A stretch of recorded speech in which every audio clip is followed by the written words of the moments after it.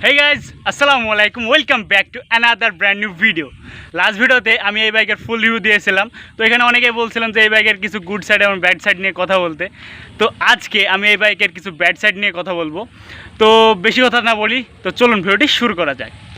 So guys, এই যে আমার সামনে বাইকটা এখন দেখতে পাচ্ছেন, তো এই বাইকটার ফার্স্ট ব্যাড সাইড হচ্ছে এই বাইকের প্রাইস। বাইকটা দেখতে মাশাআল্লাহ অনেক বেশি সুন্দর, কিন্তু এই বাইকের প্রাইসটা কিন্তু একেবারে সুন্দর না। এই বাইকের প্রাইস হচ্ছে বর্তমানে 2,65,000 টাকা বাংলাদেশে, যেটা তুলনামূলকভাবে একটু বেশি মনে হচ্ছে এই বাইক অনুযায়ী। তো আমার কাছে এটা একটা খারাপ দিক লেগেছে, মানে 2,65,000 টাকা দিয়ে 2 ভলভের একটা ইঞ্জিনওয়ালা বাইক, এটা কেনা কি একটু ঠিক হবে? আমার কাছে একটু এটার জন্য একটু প্রবলেম মনে হচ্ছে। তাছাড়া তেমন কোনো সমস্যা নেই, শুধু প্রাইসটা সমস্যা। আরও কিছু সমস্যা আছে। তো আরেকটা সমস্যা হচ্ছে এই বাইকের সিট হাইট। তো এই বাইকের সিট হাইট হচ্ছে 795 মিলিমিটার, তো যেটা আমাদের বাংলাদেশের প্রেক্ষাপটে একটু বেশি মনে হচ্ছে। কারণ যদিও এটি যদি বেশি না মনে হয়, কিন্তু ইন্ডিয়াতে মানে সেম ক্যাটাগরি ইন্ডিয়াতে যেই বাইকটা আছে ওইটাতে আবার ইন্ডিয়াতে দেখা 800 বা 800 একটু বেশি রয়েছে।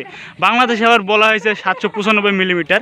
তো এখন এই বাইকটা বাংলাদেশে মানে একটু মনে হচ্ছে বেশি হাইটের, কারণ বাংলাদেশে অ্যাভারেজে যদি মানুষ হিসাব করা যায় তাহলে একটু হাইট কমই সবার। তো সেই হিসাবে এই বাইকটার হাইট একটু বেশি, কারণ এই বাইকটা যদি 5 ফিট 5-এর নিচে যদি এমন কেউ যদি চালায় তাহলে কিন্তু সে চালাতে পারবে না কমফোর্টেবলি। তারপরে আমার যে খারাপ দিকটা লেগেছে ওটা হচ্ছে বাইকের ওয়েট।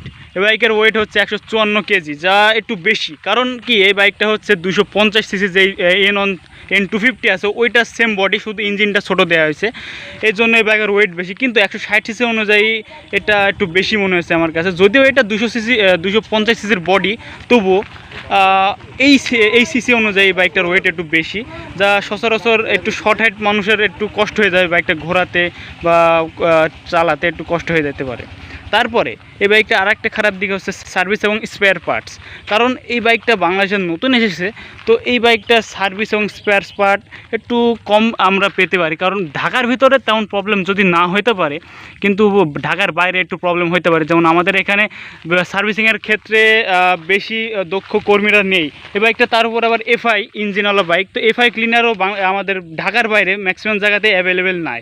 তো তার কারণে এই বাইকের সার্ভিস এবং পার্টসের অ্যাভেলেবিলিটি একটু কম হতে পারে। কারণ এই বাইকের পার্টস শোরুমগুলোতে পাওয়া যেতে পারে, তবুও এই বাইকের পার্টস একটু দাম বেশি হতে পারে। তারপরে যেই খারাপ দিকটা আমার কাছে লেগেছে ওটা হচ্ছে বাইকের মিটার।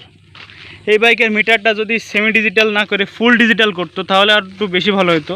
কারণ এখন বর্তমান সময়ে সব বাইকেরই মিটার হচ্ছে ফুল ডিজিটাল মিটার। তো এখানে আপনার অ্যানালগ প্লাস ডিজিটাল দুইটা করা হয়েছে। তো প্রয়োজনীয় সকল কিছু রয়েছে, তবুও যদি অ্যানালগ মিটার না থাকে, যদি ফুল ডিজিটাল হতো তাহলে একটু বেশি ভালো হতো। গাইস, আমি এই বাইকের কিছু ব্যাড সাইড আপনাদের সামনে তুলে ধরলাম। তো আমার কাছে যেগুলো মনে হয়েছে ওইগুলো আপনাদের সামনে শেয়ার করলাম। তো প্রত্যেকটা বাইকেরই ভালো খারাপ দুইটা দিকই থাকে, তো এই বাইকেরও কিছু তেমন খারাপ দিক আছে। তো ভালো দিকগুলো যদি আপনারা দেখতে চান, মানে শুনতে চান আমার কাছ থেকে, অবশ্যই নিচে কমেন্ট করবেন। অবশ্যই আমি এই বাইক নিয়ে একটা ভালো দিক মানে গুড সাইড ভিডিও বানাবো।